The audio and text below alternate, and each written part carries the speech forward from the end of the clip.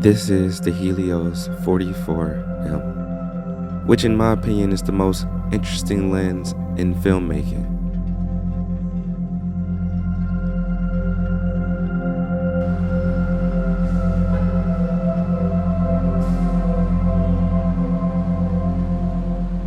This lens takes what would otherwise be a very ordinary scene, and it makes it an immersive environment.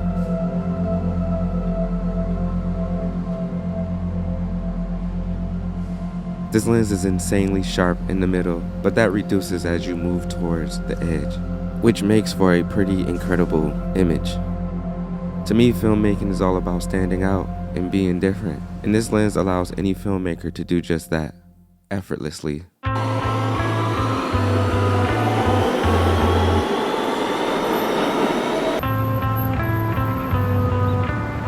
fall off to what's in focus, to what's out of focus, is amazing.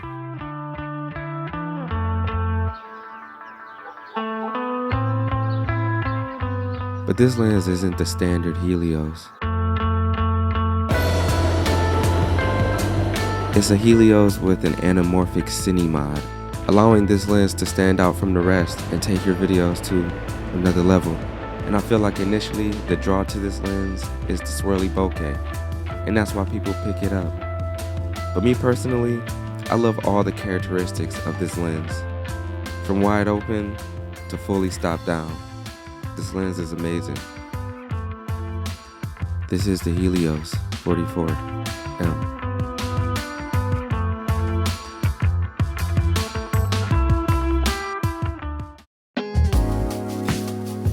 Alright, cool. So how you guys out there doing today? It's of course your boy Volandis, back with yet another video. And as you guys already know, we're going to be talking about the Helios 44M in this video. So if you're familiar with these lenses, you know that they're really popular and that they have a cult following, and for good reason. Now, some of you guys probably already knew that I was going to mention this, but I feel like I have to. But some of the scenes in The Batman was filmed with these lenses. Now, the ones that they used in The Batman was a little bit different, but essentially it was exactly like these still lenses, just rehoused in a cinema housing. Granted, the ones that they used did cost a little bit more money than the ones you can just grab off of eBay, but essentially it's the same lens. Now, I personally have the 44M, and there's a whole backstory and history behind these lenses that I'm personally not going to get into. But these are early USSR lenses that were crafted in the early 1900s, and they make so many different versions of this lens. There's the 44, the 44-2, the 44M, the 44M4.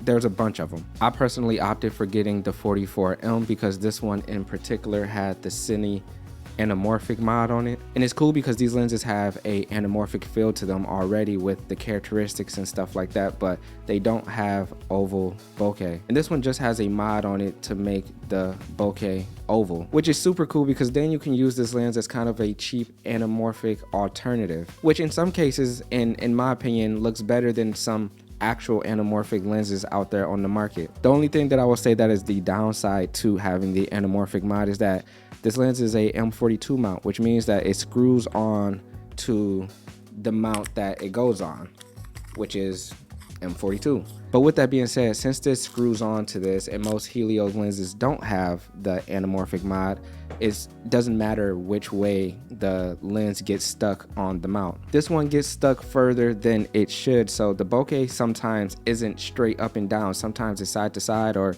diagonal, but to me, that's kind of cool because then you can have a really, really interesting look to some of your films and videos that you're making if that's what you're going for. I did it with them all at the bus stop for one of my videos, and to me it looked super interesting and dope. And honestly, it's just different, and you don't really see things like that being produced in films today. I also do have the regular 44-2 lens that a lot of people own, but I haven't used this one at all because I've been so hooked on using the one with the cine mod. I personally wish that this lens came in a smaller focal length, like a 35mm. That would be insane. But the lens is just fun, and I haven't been able to take it off my camera since I got it. It's a reason why it has the cult following that it does, and why it's now being used in bigger productions in Hollywood films. I've always been interested in giving my films and videos a particular look that's not normal to what most filmmakers like. I like my lenses not being overly sharp. I like really dark shadows. I like grain, and honestly just anything that makes a film or a video look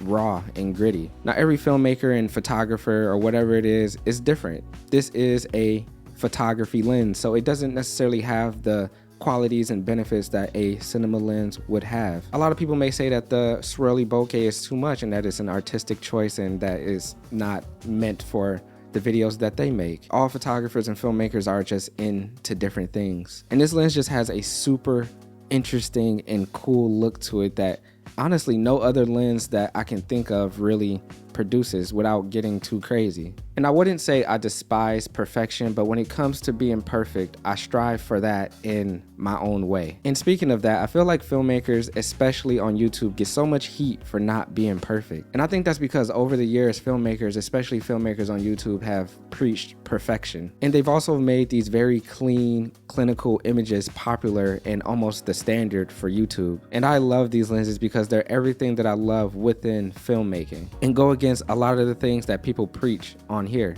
They have lens breathing, they're not sharp corner to corner, but I personally don't care about any of those things because they're unique and different. Now I know people have made hundreds of videos about these lenses, which means that these lenses are also cool and kind of popular here on YouTube as well. But I feel like it takes a lot more than just talking about lenses or talking about cameras or any of the gear that we talk about here on this platform. And I mean, sometimes people just make videos about something and then you never hear from it again. And to me, it takes putting the work in and actually getting out in the field and using these things and not just talking about how great they are, actually showing how great they are. And for me, like I said at the beginning of all this, I'm probably going to be using, not even probably, I'm 100% going to be using these lenses, well, this lens across this channel for videos to come in the years and however long that I'm making videos. I'll always make sure I have this lens laying around and using it and actually showing you guys that I do really love this lens and I'm not just saying that I do. So yeah, like I said, I'll probably never get rid of this lens. It's probably going to become a standard on the channel. And to me, that's a good thing. And I'm excited for that. I've already implemented it into many other videos before. But yeah, that's really all I wanted to talk about with the lens. I didn't really want to get into a whole backstory or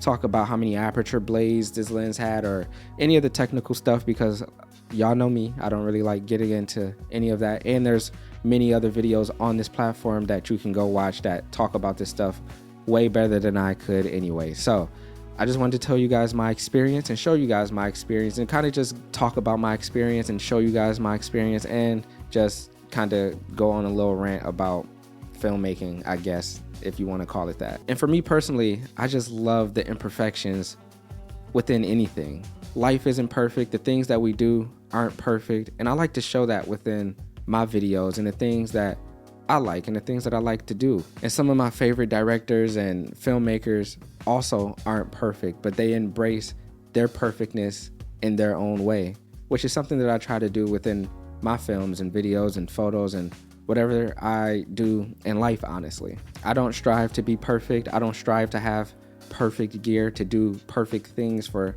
perfect situations. I just go out and make things with whatever I have and with whatever I want to use. So that's how I look at that and look at this, and that's how I view this lens and why I'm so excited about having this lens. So yeah, anyway, with that being said, I hope you guys enjoyed the video, got something out of it. If you didn't, I apologize. I want to say thank you so much for watching these videos, subscribing. If you're not subscribed to the channel, please do me a favor, hit the subscribe button. If you're already subscribed, I'm not talking to you because you already did what you had to do. But with that being said, man, we're going to get up out of here. We're going to go do some shit. Tune in to next week's video because it should be also a fun one. Thank you, man. I'll see y'all in the next one. Let's get it. You know the vibes.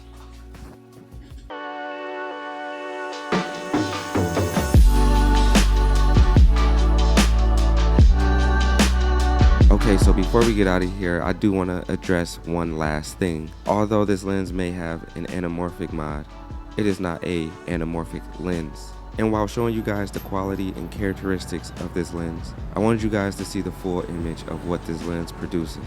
So because I didn't want to lose information in the image, I didn't edit this on a 239:1 timeline or add black bars. But if you guys want to see that, I'm playing it right now just to show you guys. So yeah.